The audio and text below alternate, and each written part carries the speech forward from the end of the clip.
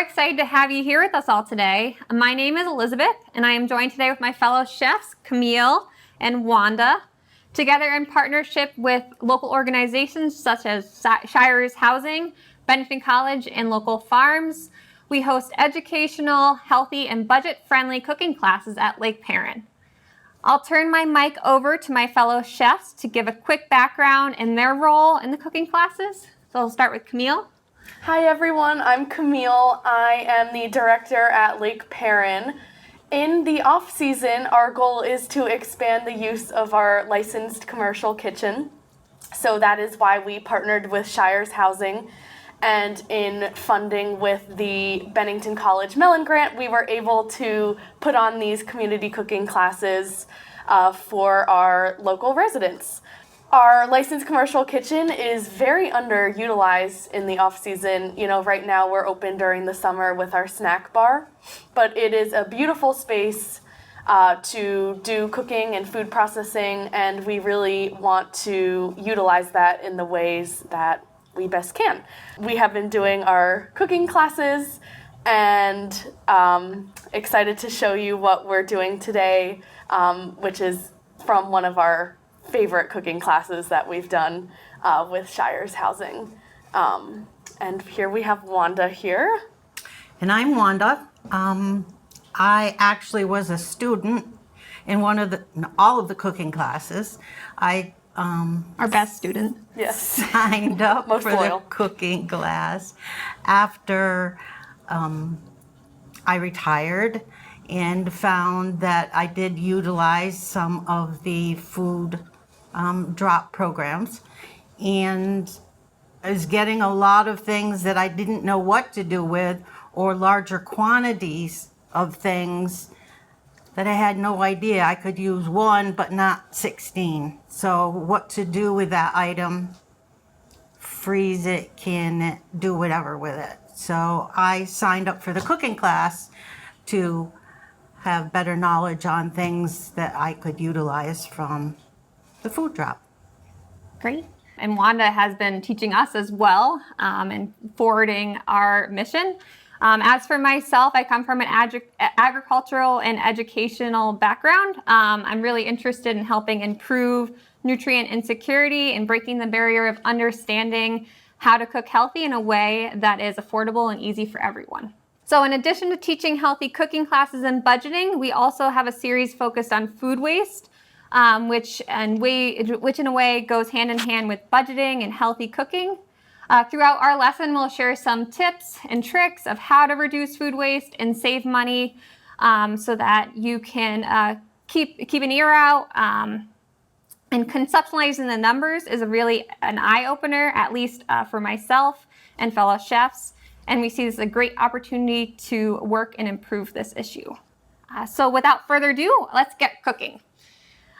All right, so today we are going to make Cowboy Caviar, which is what we made, I believe, in our first ever cooking class, which happened back in February, because we specifically made this for the Super Bowl. It was right before Super Bowl Sunday, and we wanted to come up with a quick, easy, and affordable and healthy way to celebrate the Super Bowl. And it was also the winter time, so we used, a lot of canned goods.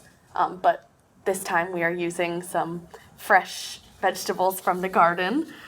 And although this is Cowboy Caviar, and we're going to do it today with chips, there are many other things that you can do with this. You can make quesadillas, put it on the quesadillas. There's a good one with scrambled eggs and quesadillas. Some people cook chicken, grilled chicken, put it on the top of chicken. There are a lot of other uses, so if you have a large quantity of it and wonder what you're going to do with it, you will use it in a lot of different ways. One of my favorite ways is to put it inside a grilled cheese. Add some veggies and colors to your grilled cheese. It's really yummy. So yeah, you will see what we are going to do with this lovely basket of vegetables, mostly from Wanda's garden. And basically, Cowboy Caviar is like a bean dip with corn, veggies, a little bit of dressing, and we'll show you how to make it. So first you're gonna need a large bowl, something like this, and then you're gonna need your measuring cups, spoons, a container for dressing, a whisk. We have a lime juicer, although it's not necessary. It definitely helps make sure you get all the juice out.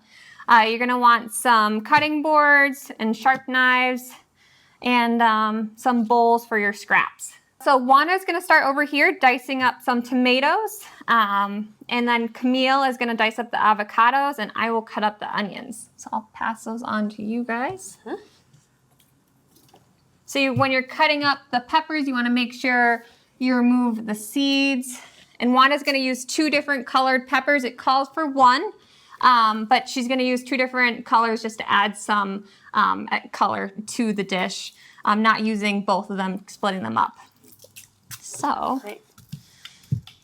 and one of the tricks that we learned in our cooking classes of how to cut an onion best and dice it is just to cut it right down the center. So you're cutting the root.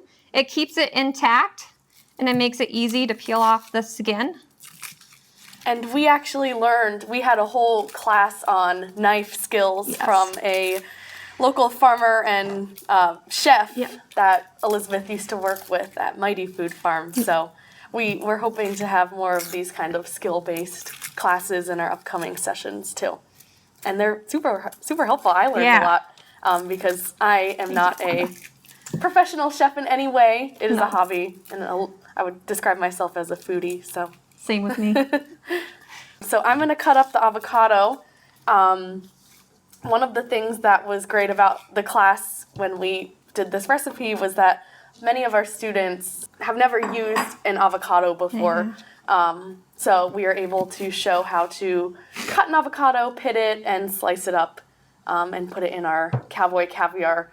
And then, you know, some of the students brought the dip back to their kids who have also never tried avocado, and they loved it. I mean, this was a huge fan favorite, so I'm excited to be showing you guys today how we've done this. So basically with an avocado, you're going to cut around in a circle with the stem on top. So cut around in a circle, and then you're going to twist it off. Beautiful avocado. Not from the garden, unfortunately, but it'd be cool if you could. And then you're going to, and there it goes. There's the pit. So you're going to kind of just remove the pit in that manner safely. Make sure it's very safe because sometimes the pits can get stuck or the knives can get stuck. And then I'm just going to put it in our compost. Now, Camille, sometimes when I go to the store and I get an avocado, it's really green and it's underripe. And then I find that like a few days later, it's mushy and it's very frustrating because I can never get it to the right point. What are some tricks that you use to make an avocado speed up the ripening process or to pause it, I guess, for a bit? So what I do when I get avocados from the store is if I want to use it right away, I want to see if they're squishy. So just a little bit of give when you press on it. And you can do this at the store. Or if it is not ripe, and those are the only avocados that are there at the store, buy it anyway, and then you put it in a brown bag at room temperature for even a day or two, and they should ripe up nice and fine. So that's kind of how I determine avocado ripeness. I'm going to get a spoon. And so meanwhile, while Camille's getting that spoon, I'll quickly show you with the onion. So we have it cut in half so everything's intact. And then you're gonna making sure, knife safety skills, your hand's gonna be in a claw. So you're gonna cut back, and I'm actually gonna use a smaller knife here. But you're gonna cut along the lines that an onion naturally has. And that'll make it perfectly diced. So then when you go with the knife straight across, it's a lot easier instead of just chopping. It's kind of a cheat way to dice up your onions. Makes it so quick and easy. Yes. Wanda, you want to show how you chop up your pepper? So I'm going to take the pepper, and I cut the pepper in half. Take my little knife and I get the stem and the membrane that is on the inside where the seeds are and get that out. Sometimes you need to use your fingers to get it. And the onion was from your garden, Wanda? I think Yes. so. Wow, that is a beautiful It's a onion. beautiful onion. I don't even see you crying. I probably will be. Then I take the pepper, basically do the same thing, but make little slices. Without my glasses.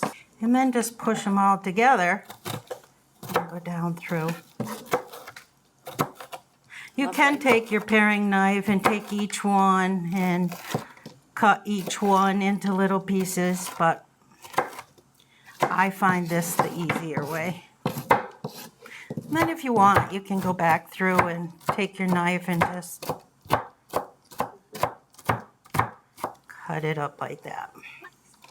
Then I'm going to take, just for the color, the green one, cut it in half because we're only going to use half of it.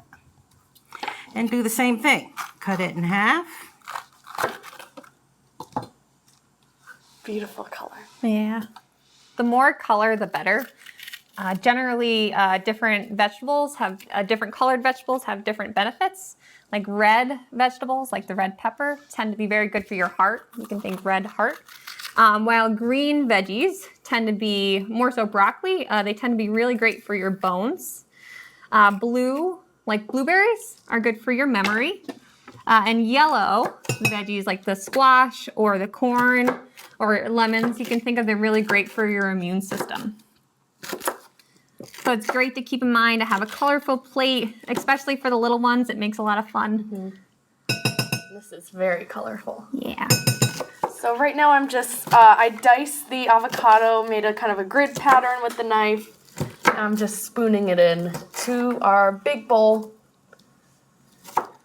as everyone finishes up chopping. And I'm gonna add the third of a cup of red onions, and I have some left over. And what I'll do, I'll just put the one onion to the side, but then I'll bag this up and you can put it in the freezer or the fridge. It's nice to have them diced up for later. Easy to put on some, add it to a salad or to a burger. Really yummy. And 2 avocados is what the recipe calls for, but I would add more myself. I love avocados. And they won't get brown because of our dressing, because it involves oil, lime juice, salt, which preserves the avocado. So this is, and it makes a bunch, so the recipe yields a lot. Yeah. So my peppers are all done, and I'll now add these to the bowl. What's great is the recipe is really flexible. It actually calls for black-eyed peas actually, but we decided to use pinto beans today because that's what we had in our cupboards. So we're trying to reduce food waste and save money. So using what you have in your house already is a great tool to do that, and substituting. I'm not a perfect cooker. I wouldn't say, you probably are, No. but I definitely wing it most of the time. Even like at home, personally, I would add all of the onions. I love red onions. So just being flexible with yourself can really help you save money, and also, thank you, Wanda, and also help you reduce food waste. Because sometimes you have food like pinto beans that you don't use and end up going back. And then I'm going to do some tomatoes. Yep. We have both plum tomatoes and some smaller, I think it says 3 tomatoes. Yep. 3 tomatoes. Unfortunately, these are not from the garden, but they look beautiful, and these are in season, if you can guess what they are. Anyone? Jalapeno peppers. And Yes, jalapeno peppers, not everyone's favorite for spice. I love them. So I'm going to put them in a little bowl to the side and maybe add them to my dish. But So with this tomato as well, we're going to take the seeds out so we don't have all that. We've got just the tomato portion and the outside. And again, as Camille mentioned with the jalapeno, I think the first time we made this, Wanda, you're not a big hot pepper. Yeah. So I think Wanda was very scared of adding, and others too, of adding the jalapenos. So that's optional. You can, I mean, it is called for the recipe, but again, being flexible. If everyone's taste buds vary, if you are not a fan of jalapenos, my mom always said less is more. Try a little bit and add as you go, but it's not necessary. So what I'm doing with the jalapeno to remove the spice, which is a Telltale classic thing to do, is remove the seeds. Now, I would add the seeds, but we're not going to do that today. And, you can even double up the recipe, too, if you want more. So just removing this. Wanda was very kind and brought some gloves for me, but I'm going to make a point not to touch my eye or anything else on my face as I'm cutting up the jalapeno. But I'm just basically removing the seeds and chopping it. Now, do you guys mind if I add it to the dish, or do you want me to put it on the side? I love spices. All right. Will do. And one thing with jalapenos is, I don't know if you guys know, it changes color, just like a regular pepper. A green pepper will change. I didn't know that. Yeah, a green pepper will change to an orange or a red pepper depending on what variety it is. Green tends to be more earthy. That's the same thing with jalapenos. They start out green when they're growing, and then when they're first developing, and then when you leave them on the plant, they become actually red. And that's when they get spicier. So the younger the jalapeno, the less spicy, typically. Every pepper varies in my that I've come across. So over here I have some cilantro, which we're going to add. It's about 1/3 of a cup. So I'll chop that up really finely, just as you would any other herb, making sure you wash it beforehand. It's always a debate of who likes cilantro too. Yes. But when it all comes together, I remember during that class, a lot of the participants were like, I don't like this, I don't like that. Yeah. When it all came together, though, they loved it. And same with the kids, especially for picky eaters. And we also got a cilantro plant to take home with us. We did. Elizabeth used to work at a community garden that we partner with at Lake Paran, and was able to grow us some herbs for each participant to take home too, which is so kind, and it's really great. Well, growing your own herbs is a great way to reduce the cost of buying herbs at a store, because I often find when I buy them at a store, I don't use them all and they go bad and they're not in the soil, and the soil obviously helps preserve them because you're only picking off what you need. So by growing them at home, you can pick off what you need. If you do buy them at the store and you have too much, a great way is to just chop them up, throw them in some olive oil, or depending on the herb, you might want to use a different kind of oil, but you can just throw that in the freezer, some ice cube trays, and then pop them out, throw them in a pan when you're cooking, and it's just as fresh. Okay, so with my tomatoes, I've taken the seeds out. I've sliced them. Again, I'm going to maybe slice the tomato and do the same way that I did with the peppers. After I get them this way, go back and make smaller pieces. Very nice. Ooh, it smells good. I know, I love the smell of cilantro. Me too. And again, with the flexibility of this recipe, like how Wanda's, the size that you're dicing can vary. If you like a chunkier salsa, you can go a bigger dice, or if you like a more fine, I guess, the typical salsa you'd find at the store, you can go really fine in your dicing. Yeah, so while you guys are chomping, I'll just talk a little bit more about the classes that we've been doing. Like Elizabeth said, our first class series was focused on healthy cooking on a budget, which, we're talking a lot about that. But our second series was in the springtime, and that was focused around reducing food waste. So we made pickles, what else did we make? Chicken tenders. We made chicken. Oh, yes, that was our first class. We made chicken tenders with honey mustard sauce. We did yogurt bark. We did yogurt bark using yogurt and freezing it. Some berries. Yeah, I can't remember. Broccoli, cauliflower. Yes, the salad. We made a cucumber cauliflower salad because at one of the food drops in Bennington. Cucumbers galore. So many Yes. cucumbers, and everyone was like, what do we do with all these cucumbers? So we put them into a cucumber salad. So basically we arranged our classes based on when the food drop was in Bennington at that time. And with our future classes, which I'll be talking a little bit about later, we'll also be arranging those around the times that we have food drops in Bennington. A little bit about food insecurity in Bennington. And why we really started these community cooking classes with our partners, Bennington College, Shires Housing, and Lake Paran. Bennington's actually considered a food desert, Yes. which Bennington College has really been working to address. So do you want to go over a definition of a food desert? Yeah, so basically a food desert is one where people in the community don't have access and easily availability to fresh foods. And that is kind of meaning like there's no grocery store that's in a walkable area. A lot of people in Bennington, don't have cars to drive to the grocery store, and the grocery stores are in unaccessible areas for many of our residents. So Bennington College worked with the Mellon Grant to provide community resource grants to different organizations throughout town, and Lake Paran was one of those lucky organizations that were able to receive a grant, and with that, we're doing these classes. Yeah. Did I miss anything with food deserts? No, I don't think so. And part of the reason why we try to address the food from the food bank is Wanda was the one that suggested it. She came in with a huge bag of beets. I think she mentioned it before. And 10 pounds. yeah, that's a lot of beets for one person, especially if you're living alone or even with a family. That's a lot of beets.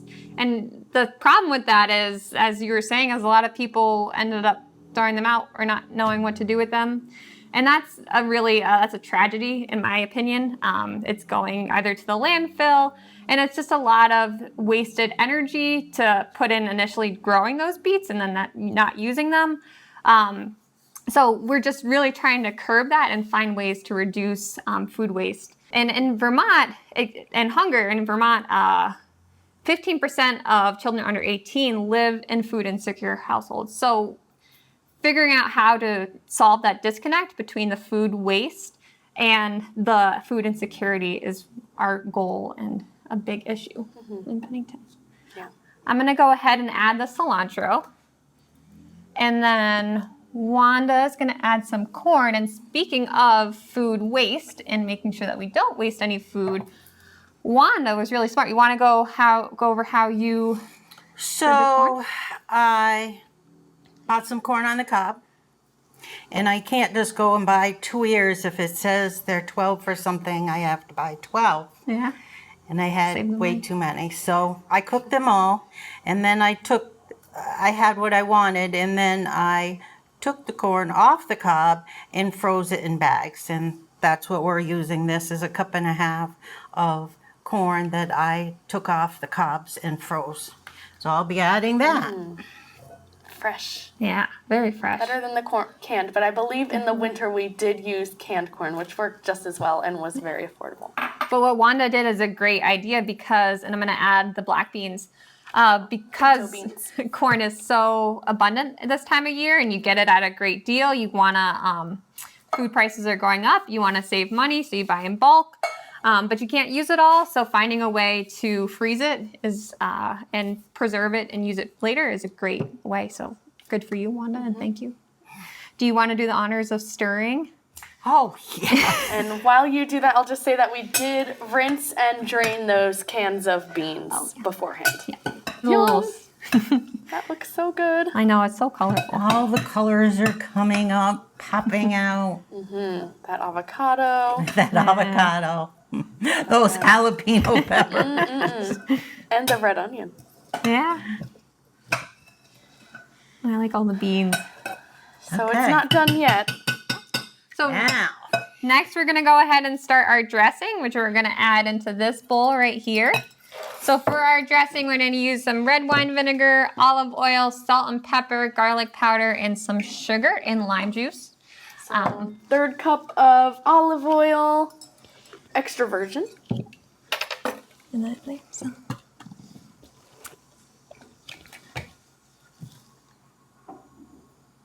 Okay. Nice. I will add the 2 tablespoons of red wine vinegar. Make sure tablespoon. And you can substitute it for a different vinegar. I make this a lot. We do Taco Tuesday at my house.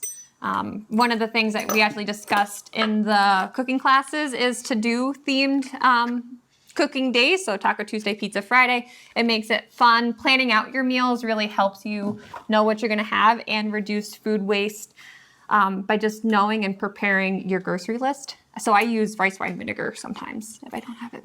So we're also going to add a teaspoon of salt. Sugar. Looks like salt.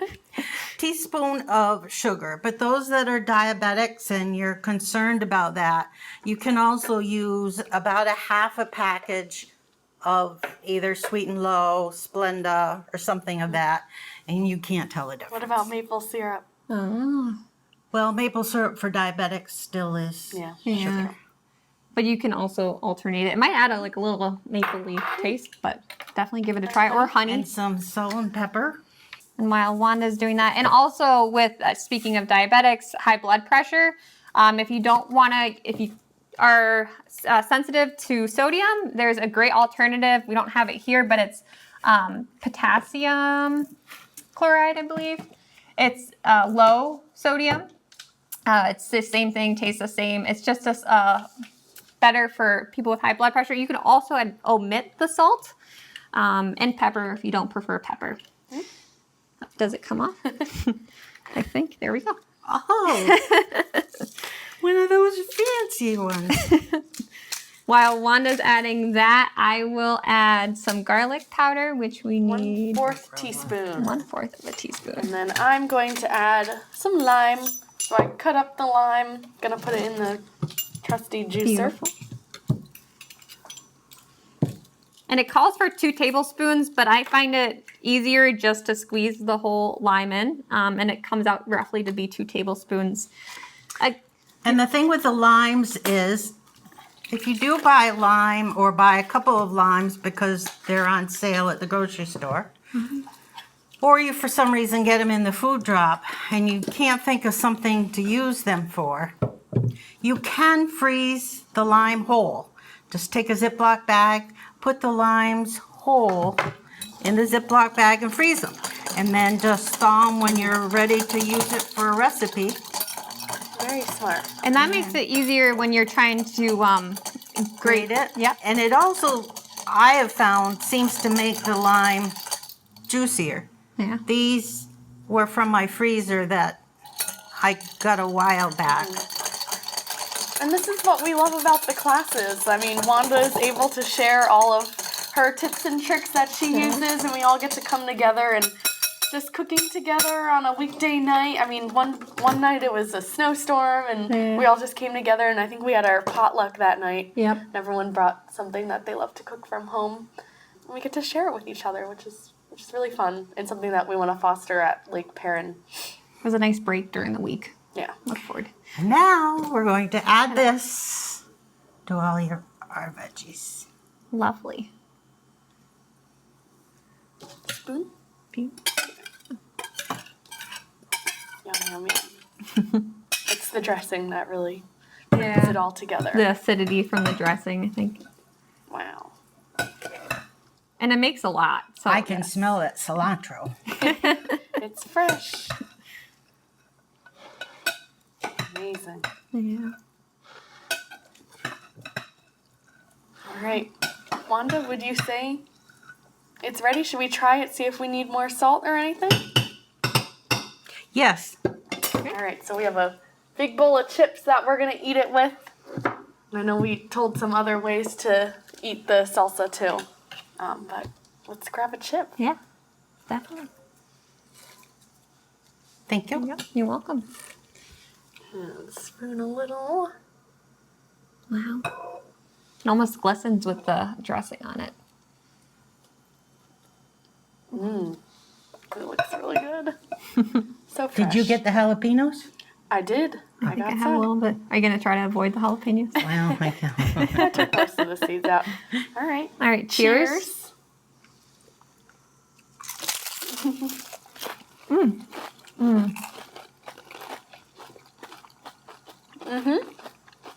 Really good. So fresh, a little spicy. Yeah, a little spicy. Must be those jalapenos. They didn't have little cracks in them, so I think they're a little older. But it's delicious. Yeah, But it's it's really good. And you get the creaminess from the beans and the avocado. And the corn, like, pops. Yep. So, I mean, this, you can whip this up pretty quickly. We took our time kind of showing the cutting techniques and chatting, but, you know, it can come together in 15 minutes tops. And it's fun to do with a group because it's easy, as we did, cut up different vegetables, add it to the bowl. Great for a party. Yeah. And you can substitute really any, and if you don't have anything, it's, you know, it'll still come together just fine. Yeah. So, delicious. Good So job. we'll be having some more cooking classes coming up. Yes. At Lake Paran, we are doing a fall cooking session once a month starting in September. The dates are September 29th, October 20th, November 17th. All on Thursdays. All on Thursdays, focusing on canning. So canning the harvest, you know, the tomatoes that you grew, things like that. Processing fresh produce and cooking for the holidays on a budget using the food drops from Bennington. It's all free, and I don't know if we mentioned that before, but all of these classes have been offered for free, including this coming series. Yeah. It's a 5:30 to 7 p.m. Again, Thursday nights. So we'd love for you all to At join. Lake Paran in the kitchen. It's a beautiful space to cook. You won't regret coming. So if you would like to sign up, we will post a little flyer, or you can check out Lake Paran's Facebook page, Lake Paran VT, or you can email us to register, lakeparan@gmail.com. And you get to take food home with you. Yes, Whatever always. you make, You take you it take home. home. And you get to meet us, which I think is pretty cool. Yep, and you can bring families. So Definitely. Even if you decide to come to the first class and you don't like it, you don't have to come again. But people really should sign up and at least try the first. yeah, Thanks, we Wanda. really want to expand our cooking and community cooking. Yeah. So great. Hey, thank you. Yeah. Thanks, everyone. Happy cooking.